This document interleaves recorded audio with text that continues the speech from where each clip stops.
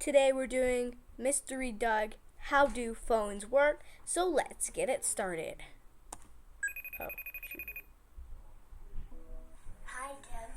Hi, Hannah. I have a question for you. How do phones work? That's a great question. Phones are so great. You can talk to your friends with them. You can play games on them. There are even phones for dogs to call their owners when they're feeling lonely. Or have you seen this phone? It's as big as a house. And it actually works. You just need a crane to help you pick it up when you want to make a phone call. But phones haven't always been around. Have you ever wondered, how did people talk to friends who were really far away before phones were invented? What do you think? What do you think? Pause the video to think. I'm going to go to the next step. Well, thousands of years ago, some people used puffs of smoke, like from campfires, to talk to friends and family who were far away.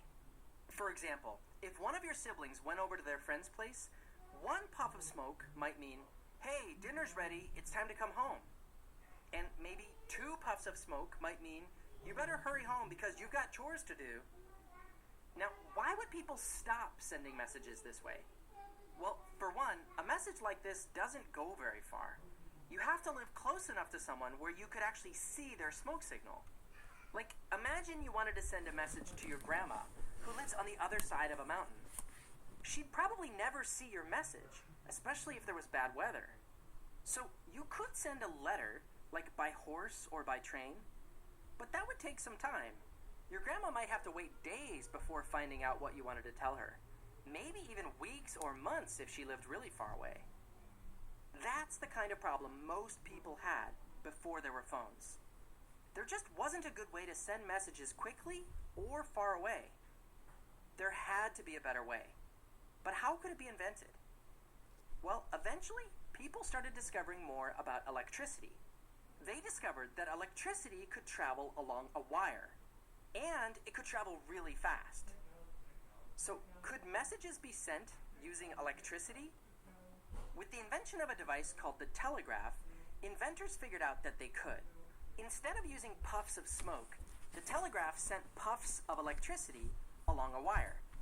These puffs, or pulses of electricity, were made into a code that people could read at the other end.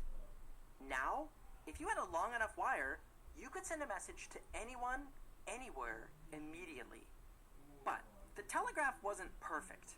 You could only send pulses of electricity in a code, not words. So if you didn't know how to read the code, you wouldn't be able to understand the message. It also meant you couldn't send too long of a message. You usually had to keep it short. It was around the time of the telegraph that a lot of inventors started thinking about this problem. Wouldn't it be amazing if we could send our voices directly along a wire instead of just pulses of electricity? But how? How could you do that? Could you get a long piece of wire and yell into the end of it? I mean, that's not going to work. What some inventors realized is that you could turn sound into electricity. All sounds, whether it's dogs barking, bees buzzing, or even your favorite song, all these sounds are made when something moves back and forth really fast. It's made by vibrations. Like, watch these guitar strings. In this video, you can actually see the strings vibrating. Your voice is made by vibrations too. You can feel this for yourself. Simply hold two fingers up to your neck and say, "Hey world, I'm awesome." Hey world, Feel that I'm buzzing awesome. on your neck? I do. You're feeling the vibrations made by two small flaps of skin inside your throat. When you talk, the sound vibrations you make travel through the air to the ears of the person you're talking to. The problem is, sound vibrations don't travel very far through the air. That's why you have to yell when a friend is far away. But electricity can travel really far, and this is where the phone comes in. One inventor, Alexander Graham Bell, knew that if he could turn our voice vibrations into electricity, he could send our voices along a wire. But first, he needed something to catch the voice vibrations when a person talked. He decided to use a long tube that looked kind of like an ice cream cone. This cone was attached to a pin and a battery. When a person talked into the cone, it shook the pin in the same way our voice vibrations shake.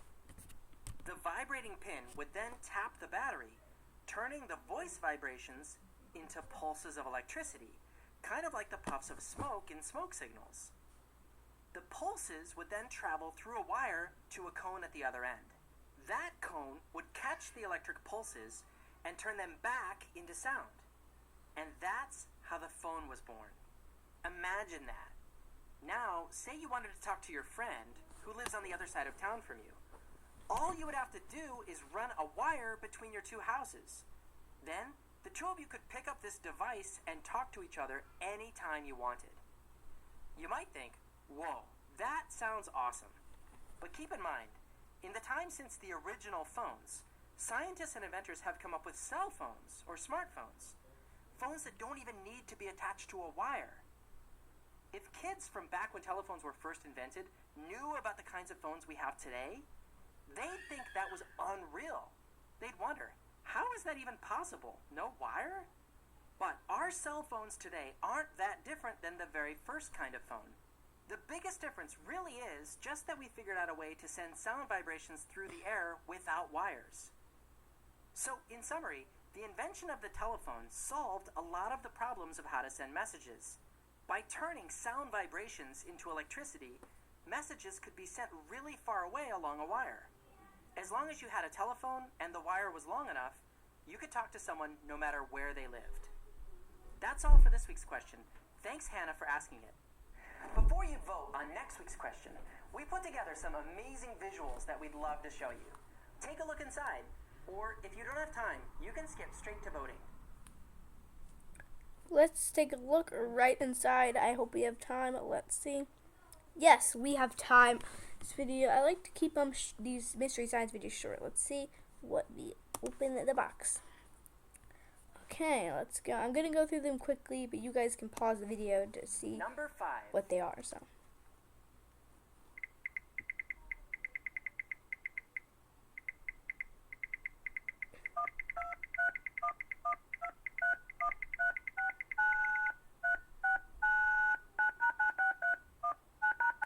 That's cool.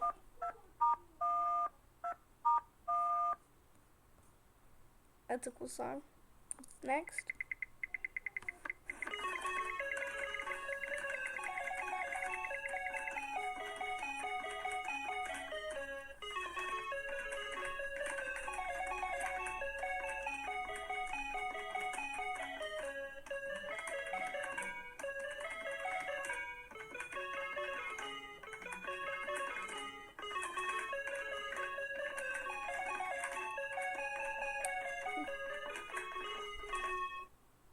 That was a cool one. Let's go next. Number 4. Next. Play the video. Video play. Okay, you guys ready over here? All right, go.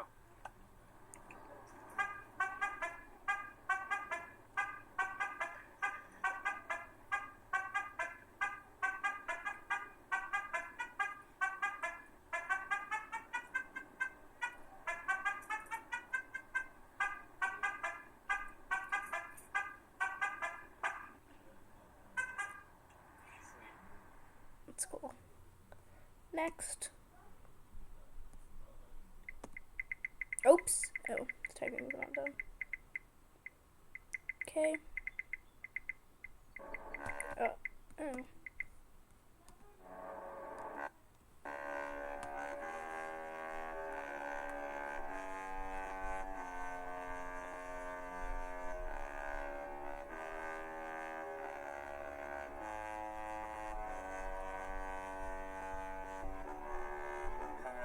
I like that. Entire cruise ships. I think that's what they are.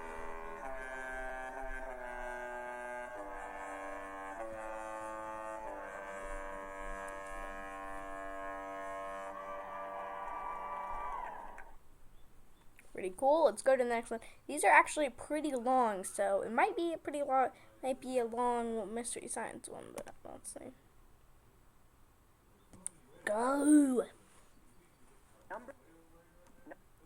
Number 3. Let's go next. Oh, the typing hasn't even started.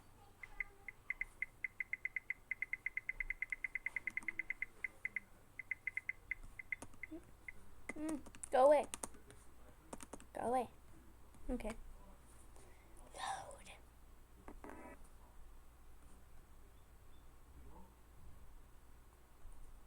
Okay, I don't get this one. Next.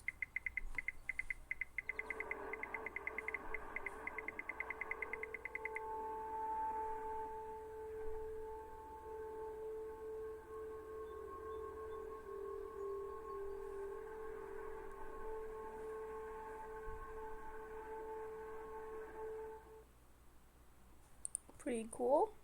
Next. Oh, I think Number 2. 2.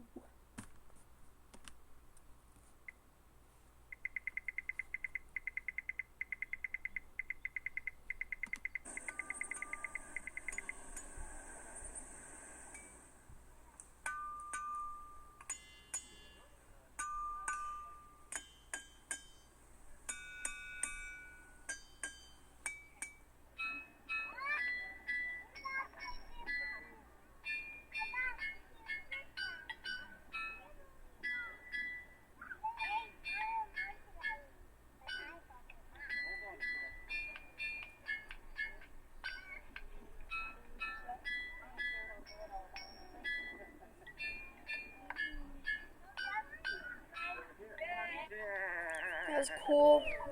Liked it. Next. Oh.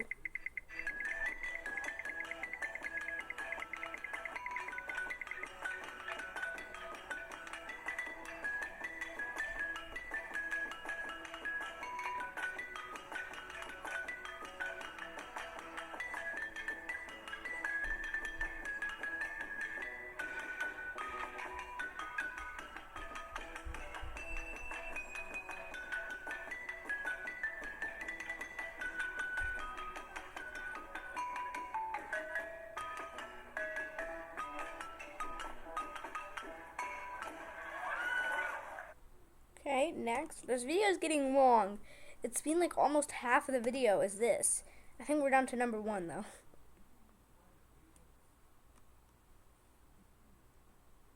And now, the last one.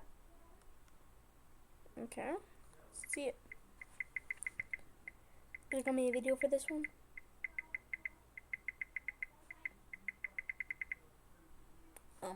Okay, that's the okay. I was a video for it. Okay.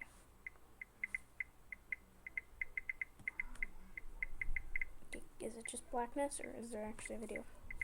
Wait for it to load. They're grabbing pipes, things. What are those? Are they gonna begin? Are they going to begin? I can't wait forever. This one has no sound. Oh, I don't know what happened, but I think this one's sound isn't working, so. I think they were doing it, but the sound wasn't working. Oh, I thought that was it. Is it it? Oh, yep, that's it, everybody. Bye-bye. Hope you enjoyed the video. So, yeah, go check out Smarter Every Week. It's my new channel. Go check it out. Bye-bye.